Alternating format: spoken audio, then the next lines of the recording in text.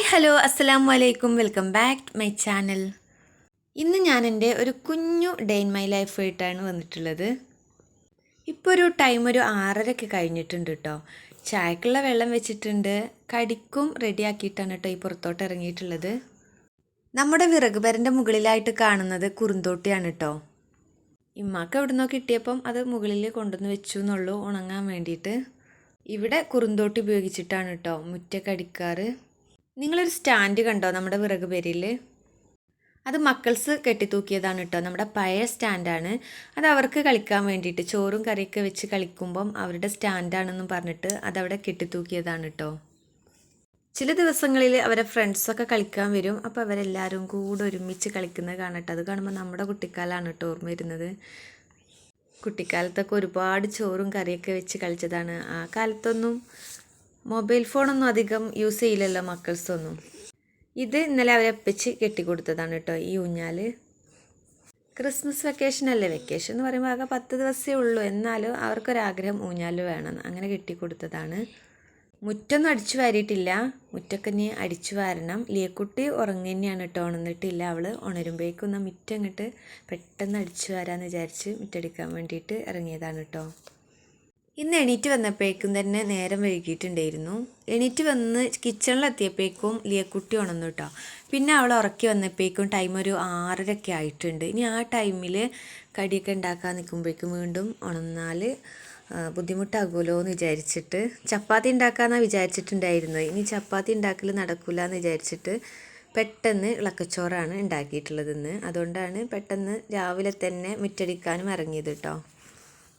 ഇളക്കച്ചോറാകുമ്പോൾ അത് കുക്കറിലിട്ടാൽ മതിയല്ലോ, അത് വിസിൽ വരുമ്പോൾ ഒന്ന് ഓഫാക്കി വെച്ചാൽ അതായല്ലോ എന്ന് വിചാരിച്ച് അങ്ങനെ അതൊക്കെ വെച്ചിട്ടാണ് ഈ മുറ്റത്തോട്ട് ഇറങ്ങിയിട്ടുള്ളത് കേട്ടോ. അതായിട്ടില്ല.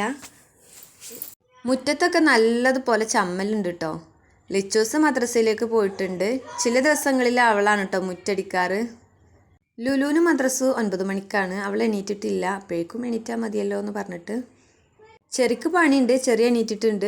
ഇന്ന് ചോറ് വേണ്ട എന്ന് പറഞ്ഞു. ഉച്ച വരെയുള്ളൂ പണി, ഉച്ചക്ക് വരും എന്ന് പറഞ്ഞു. അപ്പോൾ ഞാൻ പതുക്കെ ചോറ് ഉണ്ടാക്കിയാൽ മതിയല്ലോ അതും വിചാരിച്ചു. ചോറിനൊന്നും വെള്ളം വെച്ചിട്ടില്ല കേട്ടോ. മിറ്റടി കഴിഞ്ഞിട്ട് വേണം അതൊക്കെ എടുക്കാൻ.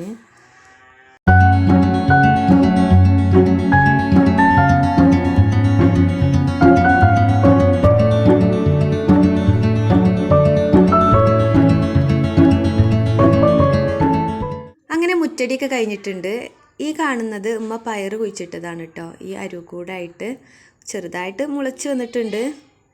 അങ്ങനെ ഞങ്ങൾ രാവിലത്തെ ചായക്ക് കടി ഇളക്കച്ചോറൊക്കെ ആയിട്ടുണ്ട്. ഈ 2 കോഴിക്കളെ എവിടെ കൂടുന്നതെന്ന് അറിയില്ല കേട്ടോ. കോഴിക്കളെയൊന്നും വിട്ടിട്ടില്ല, പക്ഷേ ഇവരിതാ അടുക്കളയുടെ ഭാഗത്തേക്ക് എത്തിയിട്ടുണ്ട്. ഞാൻ വോയിസ് ഓവർ കൊടുക്കുമ്പോൾ ഒരുപാട് മറ്റുള്ള സൗണ്ടുകളൊക്കെ കേൾക്കാം കേട്ടോ. എൻ്റെ നാത്തൂനും മക്കൾസൊക്കെ വിരുന്ന് വന്നിട്ടുണ്ട്.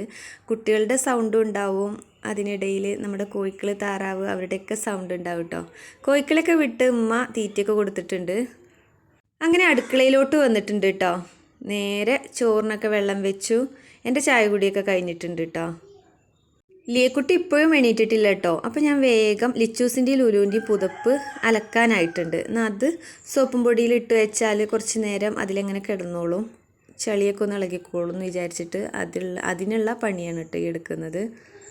ഇതിനിടയിൽ നമ്മുടെ ഫ്രണ്ടിലുള്ള തെങ്ങുമെന്ന് ഒരു തേങ്ങ വീണിട്ടുണ്ടായിരുന്നു. നോക്കുമ്പോൾ അത് ഇളനീരാണ്. മക്കളതിലെ വെള്ളവും അതിലുള്ളതൊക്കെ കഴിക്കുകയാണ്. ലിച്ചൂസ് മദ്രസ ഇട്ട് വന്നിട്ടുണ്ട്. 9 മണിയൊക്കെ ആയപ്പോഴേക്കും ലുലുമോള് മദ്രസയിലേക്ക് പോയിട്ടുമുണ്ട്. ഞാനിന്ന് ഉച്ചക്കുള്ള കറിക്കുള്ള ഒരുക്കത്തിലാണ് കേട്ടോ. കുമ്പളങ്ങയാണ് ഉണ്ടാക്കുന്നത്. കുമ്പളങ്ങ കറി വെക്കാം, പുളിയൊക്കെ ഇട്ടിട്ട് തേങ്ങ അരച്ച് കറി വെക്കാമെന്ന് വിചാരിച്ചു. ലിയക്കുട്ടി മുറ്റത്ത് കൂടെ കളിക്കുന്നുണ്ട് എന്ന് അവളെ നോക്കും ചെയ്യുക, കഷ്ണങ്ങളാക്കും ചെയ്യാമെന്ന് വിചാരിച്ചിട്ടാണ് അവിടെ ഇരുന്ന് ചെയ്യുന്നത്.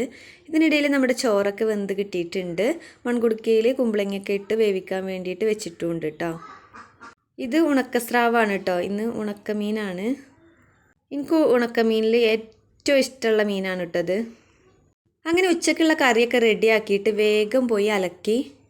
അതിനുശേഷം കുറച്ച് ബെഡ്ഷീറ്റൊക്കെ ഞാൻ തലേന്ന് അലക്കിയിട്ടുണ്ടായിരുന്ന ബെഡ്ഷീറ്റുകളാണ് കേട്ടോ. ഇതൊക്കെ ഒരു 6 ബെഡ്ഷീറ്റ് ഉണ്ട്. അതൊന്ന് വെയിലത്തിടാന്ന് വിചാരിച്ചു. ഒന്ന് ചൂട് തട്ടിയിട്ട് മടക്കിയെടുത്ത് വെക്കാൻ വേണ്ടിയിട്ട് അതിനുള്ള പണിയാണ് കേട്ടോ എടുക്കുന്നത്. വെയിലത്ത് ഇട്ടുകൊണ്ടിരിക്കുകയാണ്. ഇന്ന് വേറൊരു പണിയും കൂടെ എടുക്കണം എന്ന് മനസ്സിൽ വിചാരിച്ചുകൊണ്ടിരിക്കുകയാണ്. മക്കൾസ് ഇതിനിടയിൽ ഇങ്ങനെ കളിച്ചുകൊണ്ടിരുന്നപ്പം ഊഞ്ഞാലാടി കളിച്ചുകൊണ്ടിരുന്നപ്പോൾ ഞാൻ പറഞ്ഞു, ഇന്ന് ലിയക്കൂട്ടിനെ കുറച്ച് നേരം ഒന്ന് നോക്ക്, എനിക്കൊരു പണിയുണ്ടെന്ന്. ഇന്ന് നമ്മുടെ അടുക്കളയിൽ ചെറുതായിട്ടൊരു തട്ടിക്കൊട്ടൽ പരിപാടി ഉണ്ട് കേട്ടോ. അതാണ് ഞാൻ മനസ്സിൽ വിചാരിച്ചുകൊണ്ടിരുന്ന പണി.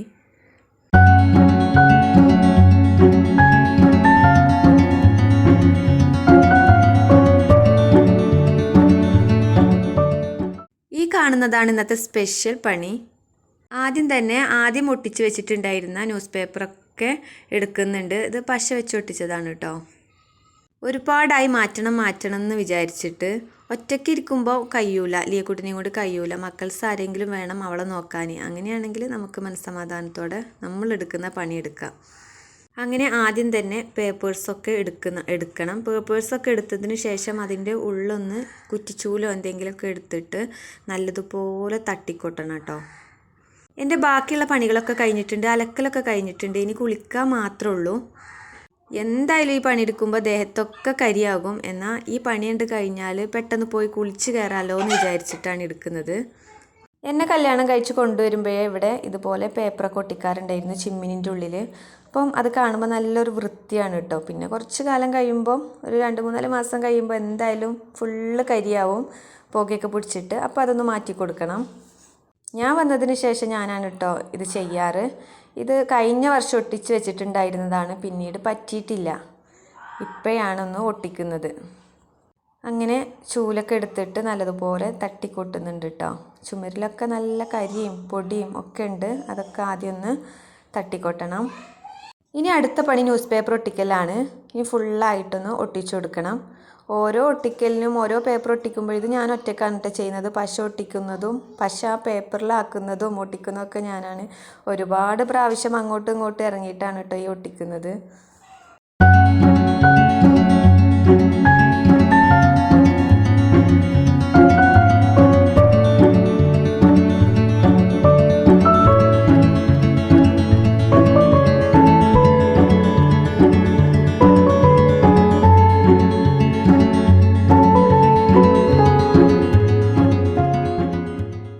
അങ്ങനെ തട്ടിക്കൊട്ടലും ഒട്ടിക്കുന്ന പരിപാടിയും ഒക്കെ കഴിഞ്ഞിട്ടുണ്ട്.